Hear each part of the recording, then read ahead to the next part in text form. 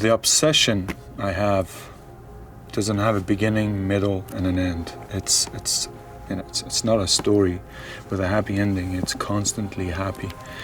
I don't know where it began, and it's definitely not gonna start. I've always loved BMWs, but in the case of the E31, 850, E31, 840, and especially the CSI, my obsession has been there as long as I can remember. But there was this one very significant instance in time, which I remember. I was 16, 17 years old, 93, 94, around that time.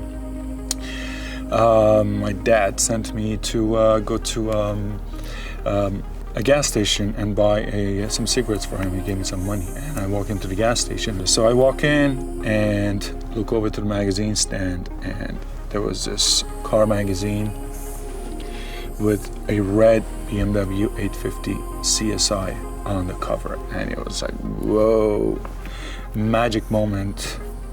Immediately I saw it and I ran towards it, and of course, you know, it pretty much looked like a spaceship, and I forgot everything else. I forgot my dad's cigarette. I opened the magazine, start going through it, and I'm like, wow, this is a BMW, it's a new BMW. Didn't know about it. Again, it's now that I know it's been around for, at that time it had been around for 3-4 years. But it was just one of those moments, and I ended up buying the magazine instead of cigarettes for my dad, and got home and got yelled at, and he gave me more money. But my dad was a car guy too, and so when I showed him the magazine, a car that was well over $100,000, and even more in Sweden, because it was like well over 1 million Swedish crowns, and at the time could have been 150,000 because of taxes. But that very famous picture that actually got me was this one right here. It was on top of that magazine, and I know a lot of people know it. It's the famous KLM airplane and the CSI that was on top of it, and which got me. And as you can see, I'm obsessed with it. I told myself that hopefully one day I will have that kind of money, and the best I could afford was a 320, 1983 320.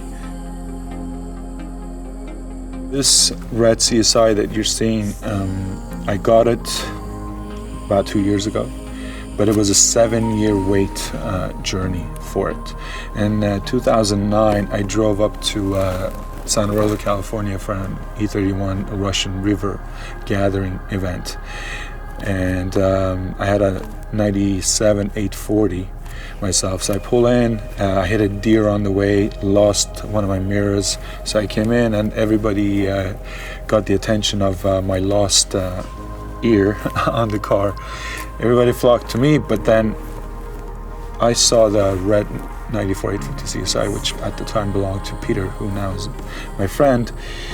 I just immediately ran to it, and I was totally in love and obsessed with it. Red on silver gray, light interior, very beautiful. So while everybody was checking out my lost mirror, I was checking out Peter's car, and Alex, one of my friends who's a photographer, snapped that moment in time without me knowing, and I still have that picture. So it was one of those moments, but then I asked Peter if he's interested in selling the car, and he said no. So after that, every year I kept messaging him or his friend Dan, who's also one of my friends, saying, is Peter ready to sell? Is Peter ready to sell? And I kept saying no, getting no. Until 2 years ago, finally I got an email from Dan Bridges saying, hey Alec, just so you know, Peter wants to sell his car. And it was like, whoo. The moment of truth had come. I'd passed on several other CSIs over time because for some reason I had a feeling about this one, and I kept waiting for it. And the dream came true. And it was a start of a great 2-year journey for me. This is the only CSI that has actually done two things. Standing next to the original one-off prototype M8 and the one-off prototype New 8 Series. So I think in that sense it's become very valuable. The previous owner took it to the M8, and me, I took it to stand next to the new 8 Series coming, the prototype, and has been driven by the designer of the new 8 Series, which is also an honor for me. And I became friends with him, John Buckingham, because of this car. We went to BMW Villa in Monterey, and he absolutely fell in love with the car. He saw it from a distance, he ran to it and said, wow, that's my childhood hero car.